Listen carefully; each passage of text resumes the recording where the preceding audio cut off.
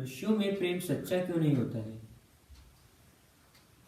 प्रेम में आजकल प्राप्त करने का भाव आ गया है। इसलिए प्रेम में सिर्फ व्यक्ति को प्रशंसा चाहिए, भौतिक ख्याल रखने का लालसा हो गई, यह भाव आ गया। उसके अंदर कंडीशन से अप्लाई हो गई। बिना शर्त के प्रेम नहीं होता। इसलिए प्रेम में प्राप्त करने का जब तक भाव रहेगा वो प्रेम वास्तविक रह ही नहीं सकता। जीवन आनंद की खोज है।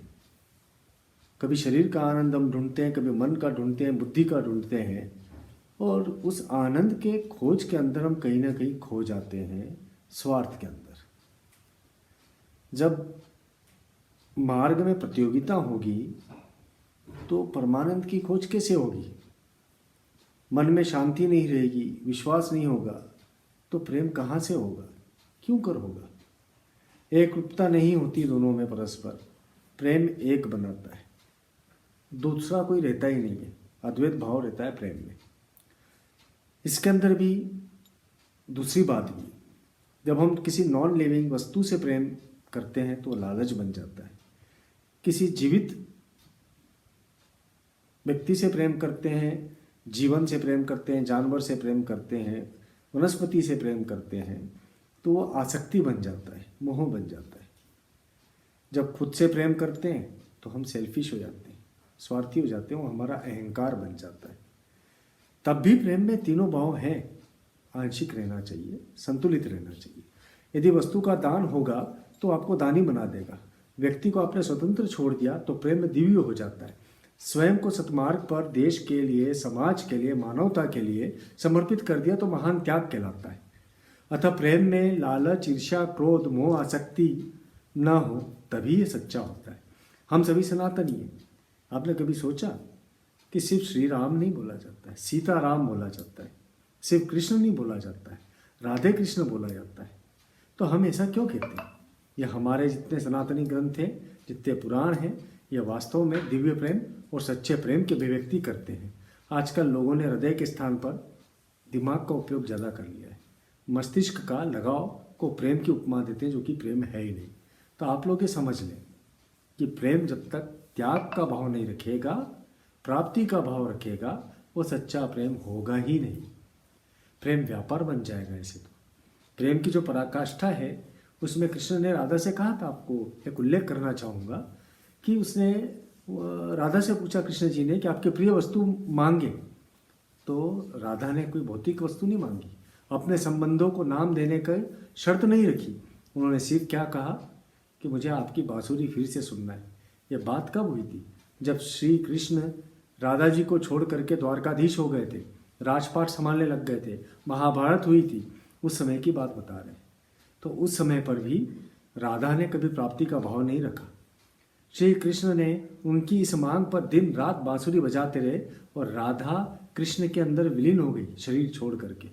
इससे बढ़कर के प्रेम क्या होगा? तो राधे कृष्ण की जो कथा है वह आज के आप जो बात करते हैं उस प्रेम की कथा नहीं है, वो वास्तविक प्रेम की कथा है। प्रेम के अंदर शरीर प्राप्ति नहीं है, उसके अंदर आत्म प्राप्ति है। अलग है ही नहीं, एक आत्मा है, कोई स्वार्थ था ही नहीं। मुक्ति देता है प्रेम, बंधन नहीं देता है। ये राधा कृष्ण ने हमें सिखाया। इसी प्रकार से जब पार्वती जी ने एक बार शिव से टीजिंग मैनर में पूछा कि आप तो भोले भंडारी हैं, हिमालय पे बैठे तप कर रहे हैं, तो आप बताएं प्रेम क्या होता है? तो शिव जी मुस्कुराए, बोले आप सवाल कर रही हैं, मुझे आश्चर्य हो रहा है। प्रेम आपने कभी अनुभूत नहीं किया? सती हुई जब आप प्रारब्ध में तो मैं वैरागी हो गया, स्वयं से दूर हो गया, शिव से शव हो गया, यही प्रेम था। हमारे पुनः मिलने, आपके पुनर्जन्म का जो तारतम्य हुआ, संपूर्ण सृष्टि ने हमें एक करने के लिए आतुर हो गई थी। पार्वती रूप में आपने पुनः जन्म लिया और मुझे वैरागी से गृहस्थ बनाने तक का मार्ग किया, यही प्रेम था। अन्नपूर्णा बनकर के आज आप मेरी क्षुधा मिटाती हैं, भूख प्यास मिटाती है, कामाख्या बनकर के मेरी कामना करती है, सौम्य सुशील गौरी के रूप में मुझे स्वामी मानती है। ये प्रेम ही तो है, और क्या है? मैं प्रेम में शिव होकर के भी सुनटर तक एक नचैया बन करके आपका हाथ मांगने के लिए आया था।